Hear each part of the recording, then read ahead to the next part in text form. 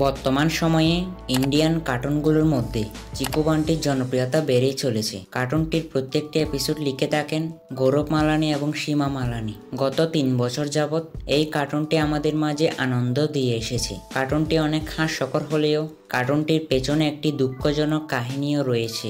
আজকের ভিডিওতে তোমাদেরকে সেই ঘটনাটাই শোনাবো, যেটা শুনলে তোমরা অনেক ইমোশনাল হয়ে যাবে।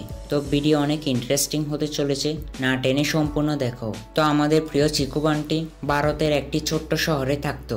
ছোটবেলা থেকেই তাদের বাইয়ে বাইয়ে ঝগড়া লেগেই থাকতো, যেমনটা আমরা কার্টুনে দেখেছি। একদিন চিকু বান্টির স্কুল থেকে পিকনিকে যাওয়ার সিদ্ধান্ত নেওয়া হয়।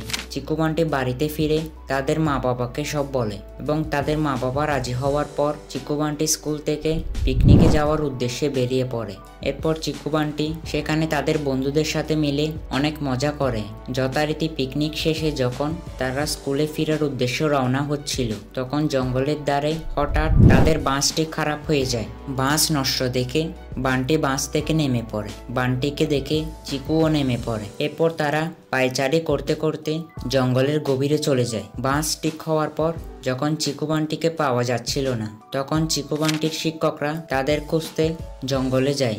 জঙ্গলে অনেকক্ষণ খোঁজার পর তারা চিকু বান্টির রক্তাক্ত লাশ পায়। তারা ধারণা করেছিল কোনো হিংস্র প্রাণী তাদের উপর আক্রমণ করেছিল। চিকু বান্টি কার্টুনটি যিনি বানিয়েছিলেন, উনি মূলত এই ঘটনাকে কেন্দ্র করে তাদের চিকু বান্টি কার্টুনের মধ্য দিয়ে প্রতিফলিত করেছেন। তো গাইস, এটাই ছিল আমাদের আজকের ভিডিও। এই তথ্যগুলো সব ইন্টারনেট থেকে নেওয়া হয়েছে, তাই সামান্য ভুল হতেও পারে, একটু অ্যাডজাস্ট করে নেবেন। ভালো থাকবেন, দেখা হবে পরবর্তী ভিডিওতে।